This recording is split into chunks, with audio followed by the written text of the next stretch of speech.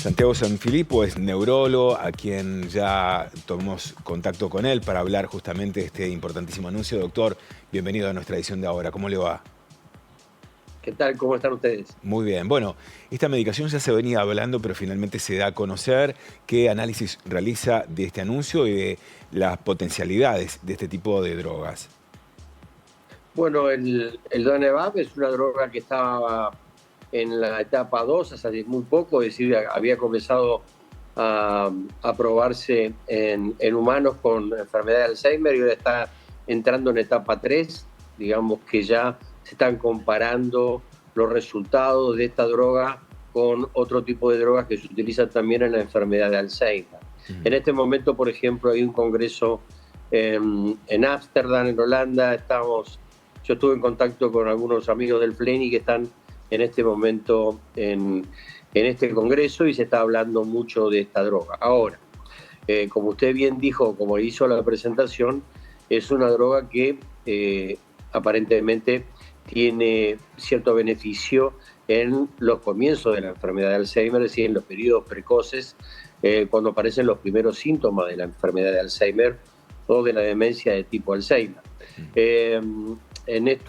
En este inicio, la droga lo que lograría no es una cura, por supuesto, de la enfermedad, sino un retraso y una morigeración de la aparición de los síntomas más importantes que uno ve en la enfermedad de Alzheimer, es decir, los trastornos de memoria, la desorientación, el cambio del humor, el cambio de carácter, los trastornos del lenguaje, etcétera, por ejemplo. Así que digamos que es una droga que ha levantado muchas expectativas.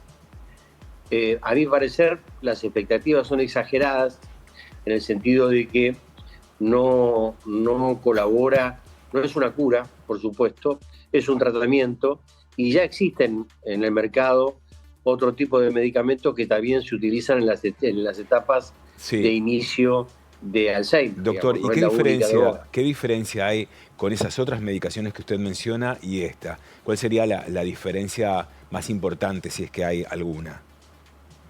Las diferencias son del punto de vista químico y la forma de actuar. Actúan fundamentalmente a nivel de los antígenos monoclonales, que son antígenos que tienen que ver con el funcionamiento de algunas de las neuronas. En cambio, las otras son medicamentos que se denominan anticolinérgicos y que tienen que ver fundamentalmente con el funcionamiento de ciertos neurotransmisores que tienen que ver en la comunicación, digamos así, entre neurona y neurona a través de los intercomunicadores, los axones, que comunican una neurona con otra. Bueno, Bien. uno actúa a nivel de los neurotransmisores a través de un neurotransmisor que se llama acetilcolina, que son las drogas anteriores fundamentalmente, y esta parece que actúa en forma diferente a través de antígenos monoclonales. Evidentemente no difiere mucho en lo que respecta al tratamiento. Sí, lo que es importante es que reduce, por lo menos retrasa, lo que Bien. es la aparición de los síntomas. Doctor, le quiero En hacer este Sí, aspecto, sí, sí. sí. Lo escucho, lo escucho. Sí. No, dígame. No, y que le quería hacer varias preguntas. En principio, esta nueva medicación que difiere de las otras, como usted hacía mención, solo son para Alzheimer, tendría potencialidad para otras enfermedades neurodegenerativas. ¿Hay posibilidades de su uso en otras enfermedades? Las enfermedades de Alzheimer están dentro del grupo que se llaman demencia. La más frecuente es la demencia tipo Alzheimer, pero después le sigue la demencia vascular, las demencias degenerativas, por ejemplo, por alcoholismo, digamos, o la demencia de tipo PIC, por ejemplo, que son demencias que aparecen, son muy parecidas al Alzheimer, pero aparecen en forma más temprana de la edad. Hasta ahora se está probando en el tipo de demencia de tipo Alzheimer casi exclusivamente. Bueno, pero sabemos que a veces es muy difícil diferenciar entre una demencia de tipo Alzheimer y, por ejemplo, una demencia vascular. Para eso se utilizan algunos métodos de diagnóstico.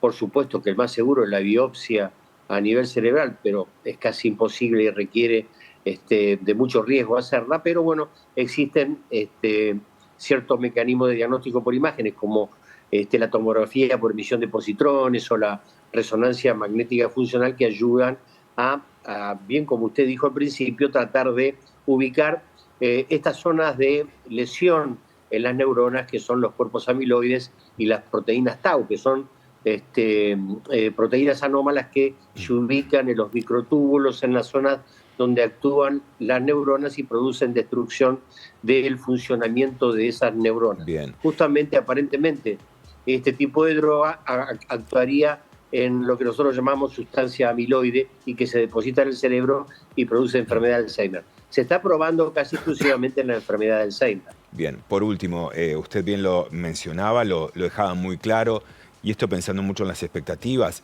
de las familias, de las personas que padecen Alzheimer, se utiliza de manera temprana, en el estadio temprano, retrasa el proceso de esta enfermedad, pero la pregunta concreta es, teniendo en cuenta este avance, ¿cuán lejos está, cuánto estamos de distancia de encontrar esa medicación que pueda tener un abordaje mucho más concreto y de salud frente a las personas que padecen Alzheimer? ¿Estamos lejos? ¿Estamos menos lejos? Bueno, las neurociencias han avanzado mucho en los últimos 20 años. Y dentro de las neurociencias, quizás lo que más se ha distinguido y que más ha avanzado es el área de las neuroimágenes y, por otro lado, el área de la genética. Muchísimas enfermedades neurodegenerativas, como usted bien dijo, una de ellas, por ejemplo, es la demencia. Hay otras enfermedades neurodegenerativas muy importantes, como el Parkinson, por ejemplo, que aparentemente tienen una relación estrecha con la genética. Y me parece que la cura pasa a partir de eso. A medida que se avance en el estudio genético, se va a avanzar más en la cura de la enfermedad de Alzheimer y las otras enfermedades degenerativas.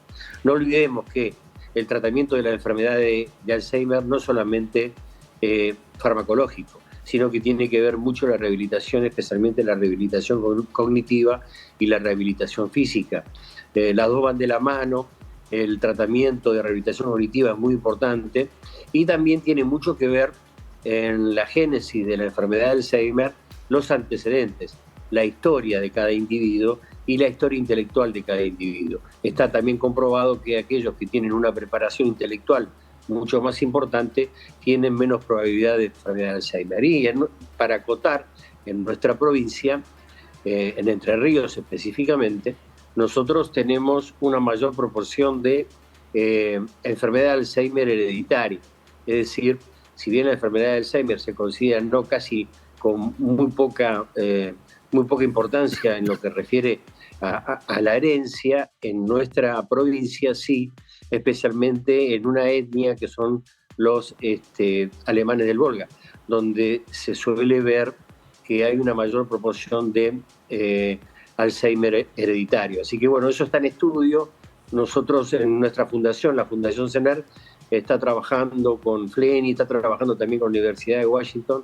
Estábamos haciendo un programa para justamente tratar de investigar el por qué se da, en estas etnias se da la mayor posibilidad de tener una enfermedad de Alzheimer y a partir de ahí el estudio genético.